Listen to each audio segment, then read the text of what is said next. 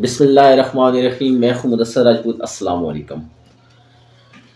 انسان اگر اپنی کمزوریاں دوسروں کو بتانے لگے تو وقتی طور پر وہ ہمدردی تو حاصل کر لے گا، لیکن حقیقت میں وہ آپ کی مدد نہیں کرے گا، بلکہ وہ آپ پہ ترس ضرور کھائے گا۔ تو آپ یہ اندازہ کریں کہ آپ نے ترس کھانے والوں میں شامل ہونا ہے یا لوگوں کی مدد کرنے والوں میں۔ طاقت کیسے حاصل ہو سکتی ہے؟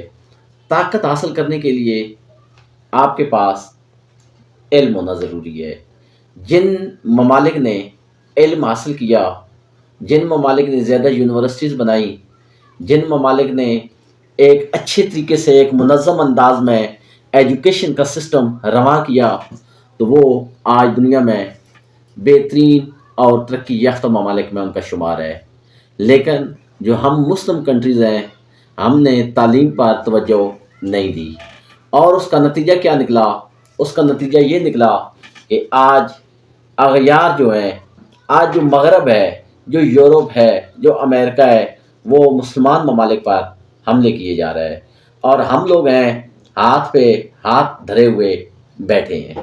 اس کی ایک خاص وجہ ہے کہ ہم ان کا مقابلہ نہیں کر سکتے۔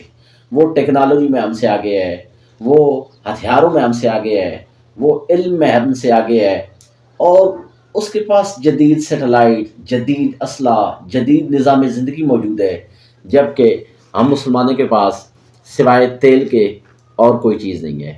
اس لیے کوشش کیجئے کہ اپنے بچوں کو تعلیم دیں۔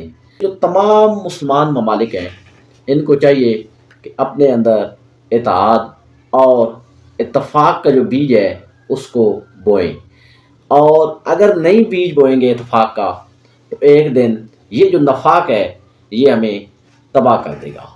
جس طرح امریکہ اور اسرائیل نے لبنان، شام، عراق، فلسطین اور اب ایران پر حملہ کیا ہے، ایک وقت آئے گا، خدا نہ کرے کہ تمام اسلامی کنٹریز پر یہی مشکل وقت آئے۔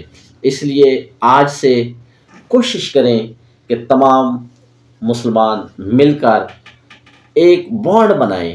جس طرح عراق ایک اچھا خاصا سٹیبل کنٹری تھا، لبنان اور یہ تمام جو ممالک ہیں، لیبیا، یہ اچھے خاصے سٹیبل تھے، ان کے پاس آئل بہت زیادہ تھا، لیکن انہوں نے اپنی فوجی طاقت پر انحصار نہیں کیا، اس کو بہتر اس کو نہیں کیا، اس کو ڈیولپ نہیں کیا، اور اب وہ تمام ممالک انتشار کا شکار ہیں۔ اسلامک کنٹریز کو مل کر ایک بلاک بنانا چاہیے، مل کر ایک ایسا پلیٹ فارم بنانا چاہیے جو متحرک ہو، جو طاقتور ہو، جس میں ایک قیادت ہو، اور وہ قیادت تمام اسلامی ممالک کو جوڑے اور ایک دن طاقتور بنا دے، اور تاکہ دشمن میلی آنکھ سے مسلمانوں کی طرف نہ دیکھ سکے۔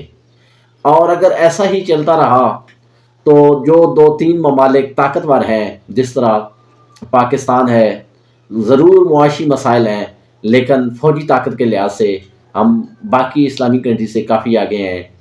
اپنا ترکی ہے، یہ دو جو ممالک ہیں، اور تیسرا ایران تھا جس پر یورپ نے یلغار کی ہوئی ہے، امریکہ نے حملہ کیا ہوا ہے، اور 13 دن سے مسلسل بمباری کیے جا رہے ہیں۔ لیکن ہمیں مل کر اس بارے میں سوچنا چاہیے۔